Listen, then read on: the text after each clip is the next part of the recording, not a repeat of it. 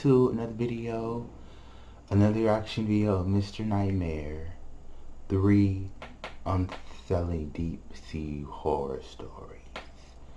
And sorry, I hope everyone's having an awesome day, great day, wonderful day, has had a great day.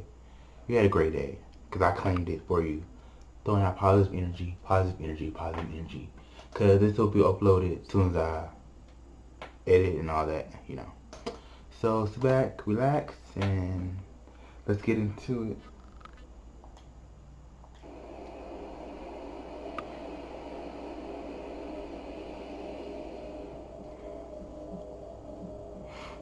When my dad passed away, not only did he pass along his fishing boat, but he also passed along his love of fishing to me. The boat has arrived in 1250, which has a decent-sized cabin, allowing me to go overnight deep-sea fishing. I usually fish off the coast of Mississippi, and would sail for an hour out to sea, then stop and spend the rest of the day fishing.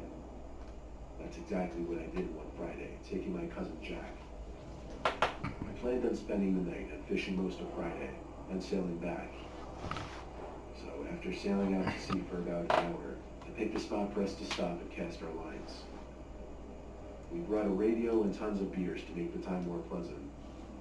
The sun started to set, and seeing the sun setting in the horizon with no visual intrusions was a beautiful sight. Perhaps the last pleasant thing that would happen that night. By the time the sky was completely dark, we had already packed our stuff for the night and were inside the cabin playing cards and eating burgers. Mid-conversation, Jack stopped me and told me to listen. There was the sound of a boat motor out in the distance. We left the cabin to look into the horizon, but with no moon. It was just too dark to see more than maybe 50 feet in front of us. But over the calm waves, we did hear a boat motor. Whoever was out there didn't have their lights on. The lights in my cabin were on, which was definitely enough for anyone to see us and avoid hitting us. We were expecting the sound of the other boat to sail away into the night. However, it seemed to circle us for a bit, then abruptly stop. The motor just cut, and there was nothing but the sound of the calm water splashing against the boat. Jack started acting a little paranoid. He thought we were being stalked.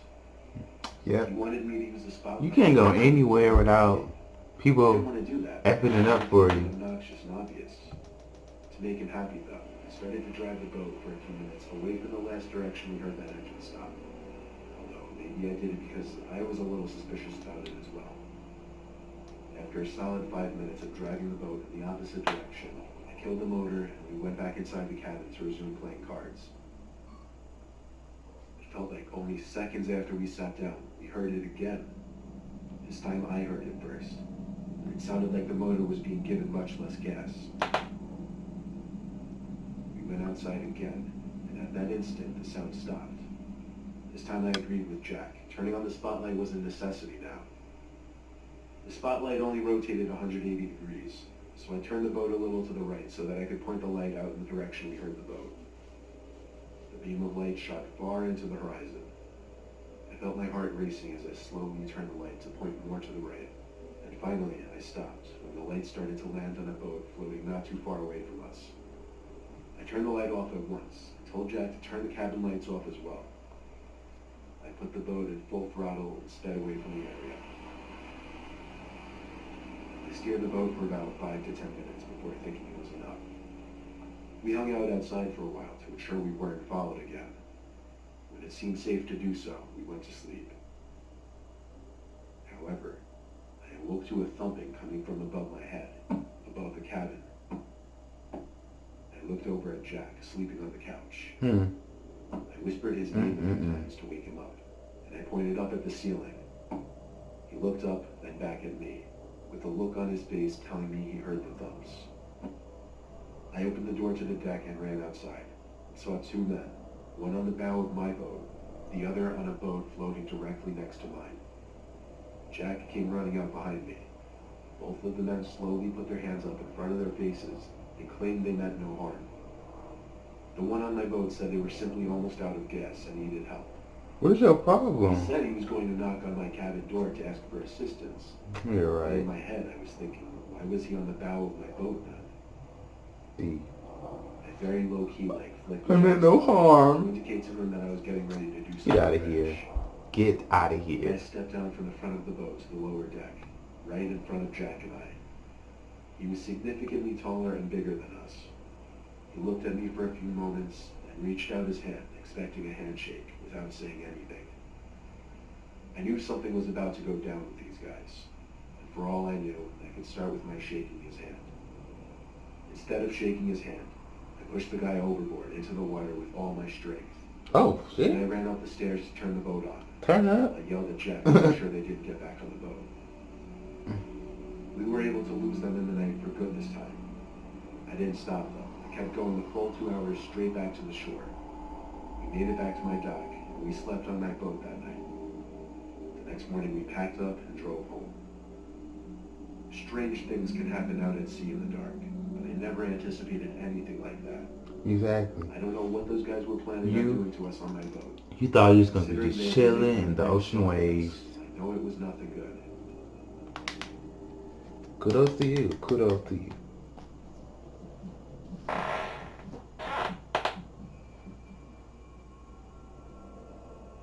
That wasn't really scary. It was just, I went on a Norwegian cruise with a few friends. I guess you can Started say out as a disturbing. vacation. However, by the third day at sea, things started getting weird. After 2 days of eating constant sushi, I started to feel a little dizzy and lightheaded at times. My friends told me no more sushi, as it probably had something to do with that.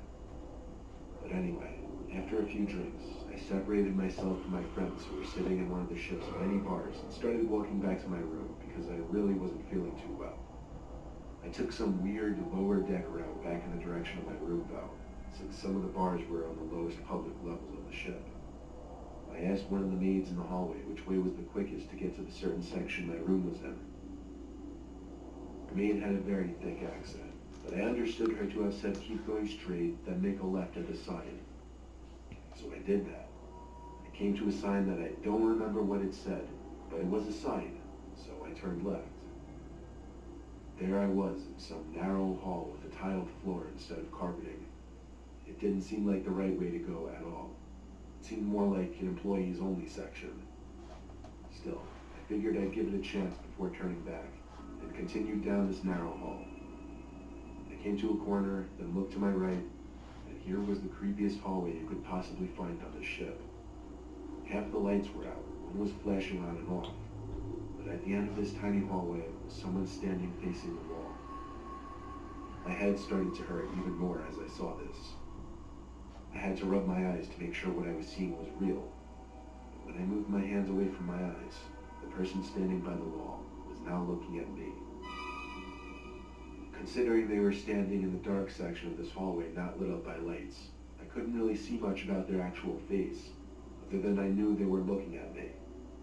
I turned and went back the direction I came. I walked back down the hall. The maid was gone now, however, so with my head still killing me, I managed to get back to the lobby of this floor, and at that point, finding the elevators was easy. I made it back to my room easily at that point and crashed into bed. I was sure I had gotten food poisoning from the sushi because my stomach was also hurting along with my head. But anyway, I woke up at some odd hour. All of a sudden, you got a knock on your door. The only thing I could move were my eyes.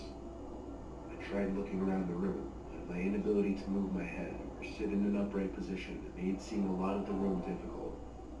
And I remember something seemed to appear in my peripheral vision. I turned my eyes to the opposite side of the room. There was a figure facing the wall. As I looked at it, I wanted to scream or run, but I couldn't do anything. It was as real as could be. Are you I serious? knew I was seeing it. Then the head of the figure turned around to face me. But all I saw was black. The body, the face, everything about this figure just looked black. Sleep The figure paralysis? started to move closer to me. Yeah, sleep The most paralysis. disturbing thing about it, though, was that as it moved towards me, it didn't move its limbs. It seemed to just slowly float towards me. The figure stopped over my bed. Now I could slightly see a face to it, and I recognized it as that person I saw earlier in the night in that hallway. I don't remember exactly how long that figure stood over my bed, but Then suddenly I saw its mouth open twice as wide as you'd expect to be humanly possible, and out came a deafeningly real scream. Oh my. I think it woke me up completely from the sleep paralysis I was just in. Yeah. The craziest thing I remember was the scream of this sleep paralysis figure feeding into the scream of my own voice.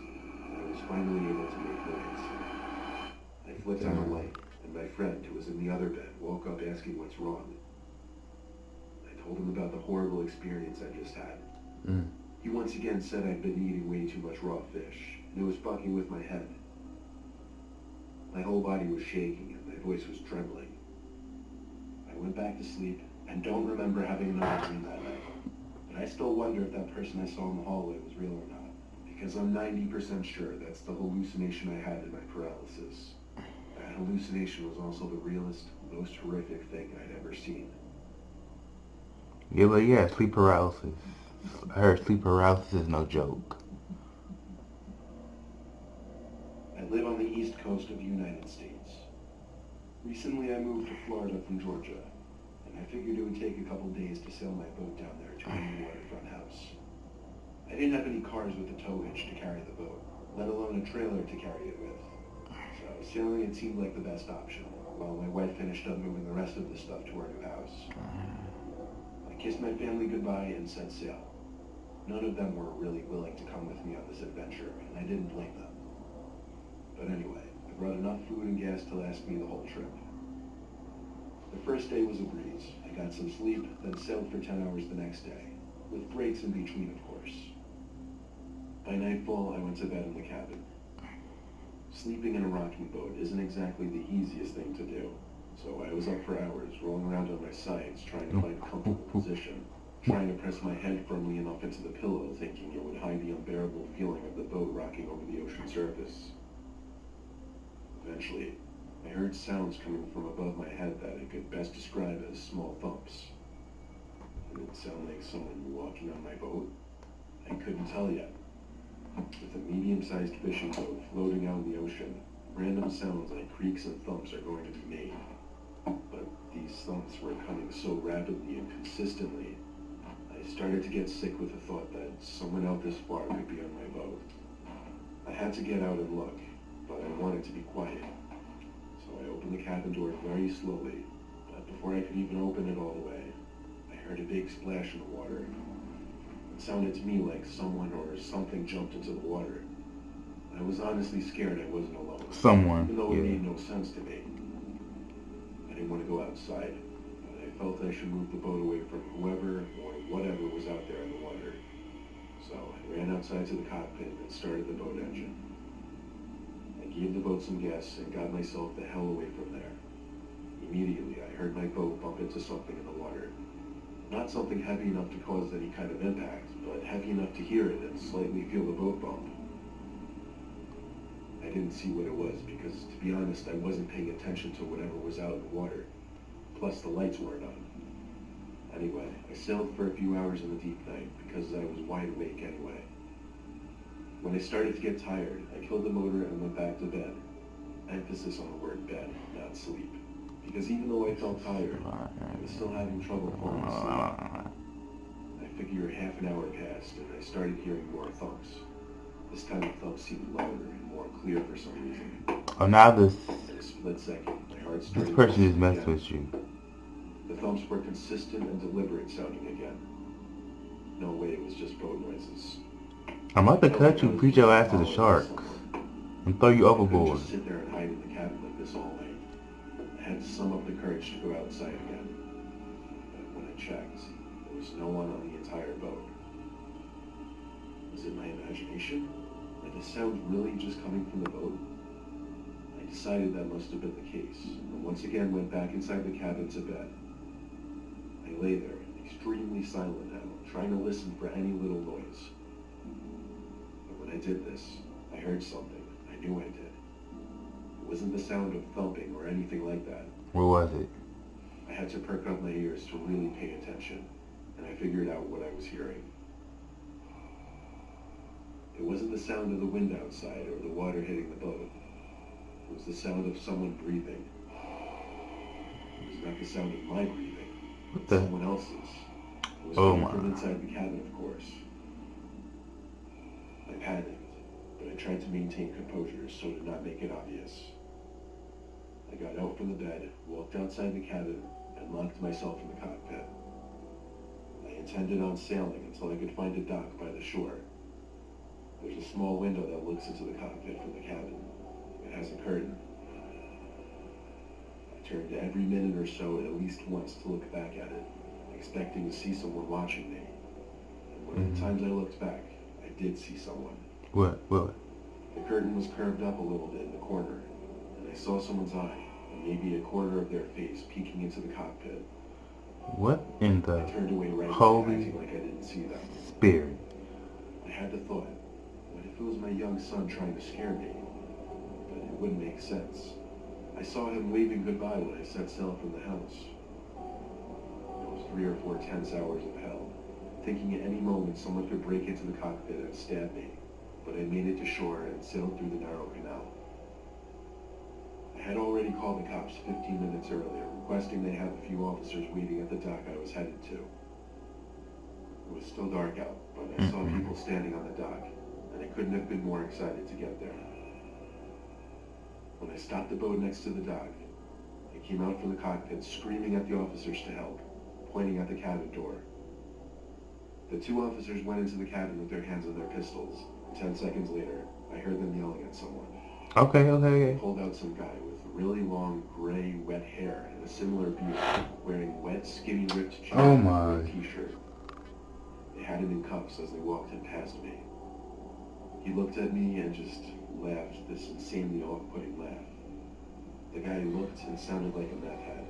Best way I could describe him. I just got the chills on that. The police questioned him, but he never answered anything as to how or when he got on my boat, or what he was trying to do.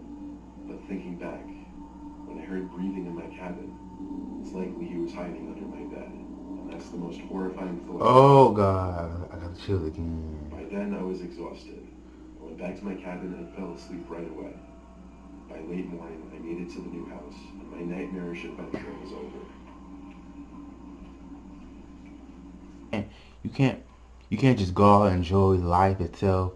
And when you're trying to just sail the ocean waves, you got crazy people, and all the way there people. You can't just go anywhere and just have a good time. It's always somebody that has to mess it up for everybody.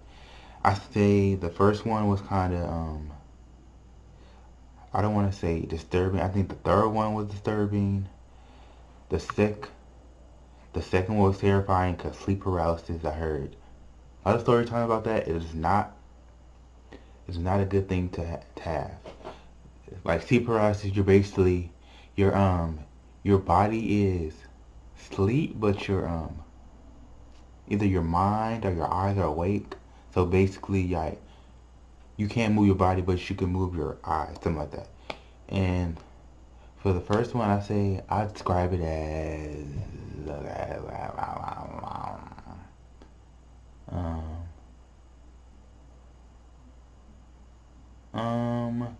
let me see. The first one, because it was the 2 friends and they heard noises. Then they came out. It was 2 people, 2 guys.